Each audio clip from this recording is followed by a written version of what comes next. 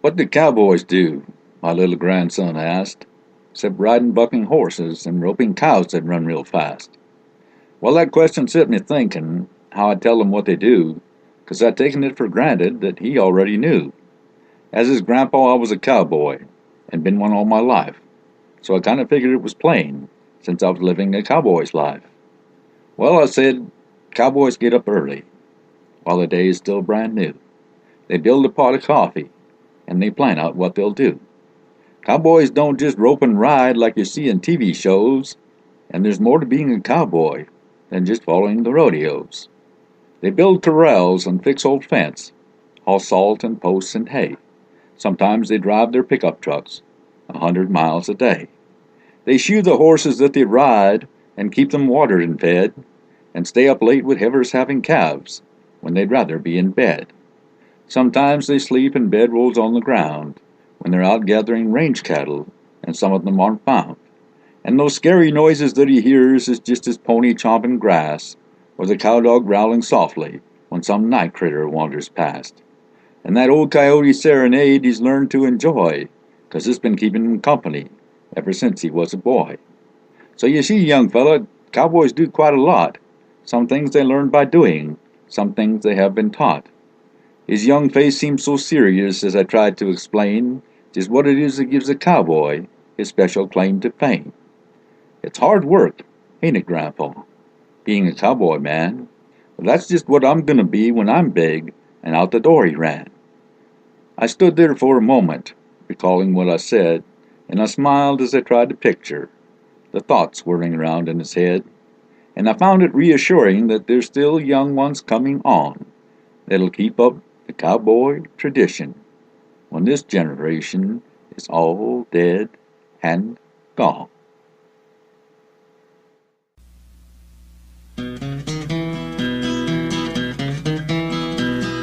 Gazing out across the prairie when the evening sun hangs low. Now the rain seems so deserted of the days of long ago, when I yodeled away my pastime as it echoed through the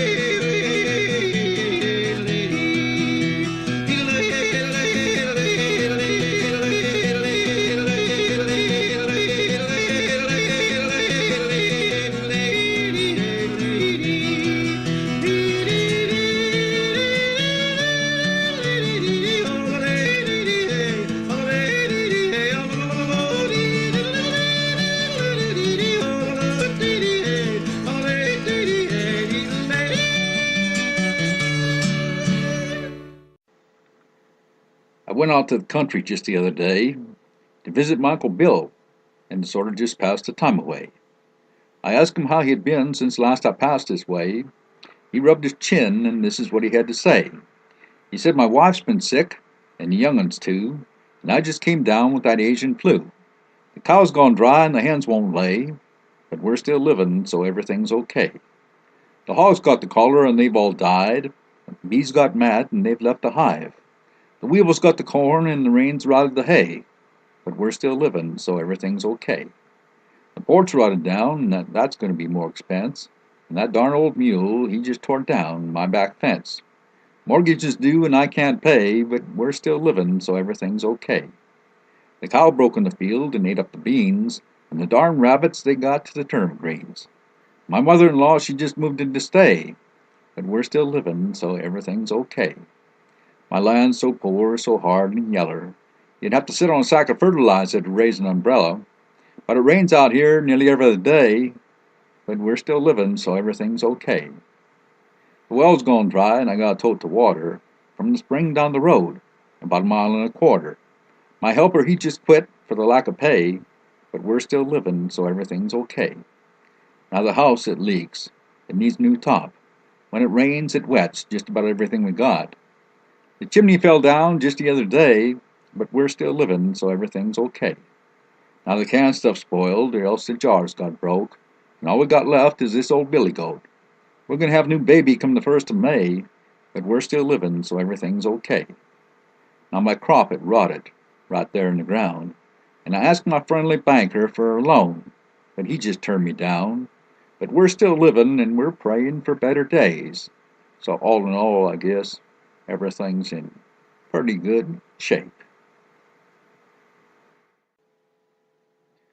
A cowboy and his brother were riding the rodeos. With spirits high and women and wine, they were having a good time. In the back of their pickup truck was their motel room at night. With sleeping bags under the stars and the winnings from time to time, kept them happy on top of the world and feeling fine. A smile always brightens the cowboy's face when he thinks of those days, and he frowns when he remembers how things have changed. I don't want no more rodeos. It just hurts too much to go. Good rides and having fun, they don't mean a thing when you're out for number one. A big man in a Lincoln drove up one day, and he said to the cowboy, "I'd like you to work for me and do things my way." The cowboy said he likes being free, but his brother said that's the difference between you and me. Then the Lincoln drove off with his brother in the back, and the cowboy in the pickup went along with his freedom intact. Then the rodeos weren't much fun anymore. Only the points mattered and who had the highest score. And the dollars that the cowboy had made only counted more miles to play the same old game. Then the cowboy got tired of roaming from town to town, and the thought of riding against his brother really got him down. But there was one more rodeo in San Antone, and that was the town where his brother got thrown. He picked his brother up off the ground after a horse had kicked him when he was coming down, and went in the hospital in a childish way. His brother asked him what his score was that day. The cowboy said it was 85. His brother laughed and he said, "I beat you that time." The cowboy didn't say that he'd won, and that his score was really 91. He just smiled and looked away, and he said, "My last rodeo ride was today. I don't want no more rodeos. It just hurts too much to go. Good rides and having fun, they don't mean a thing when you're out for number one."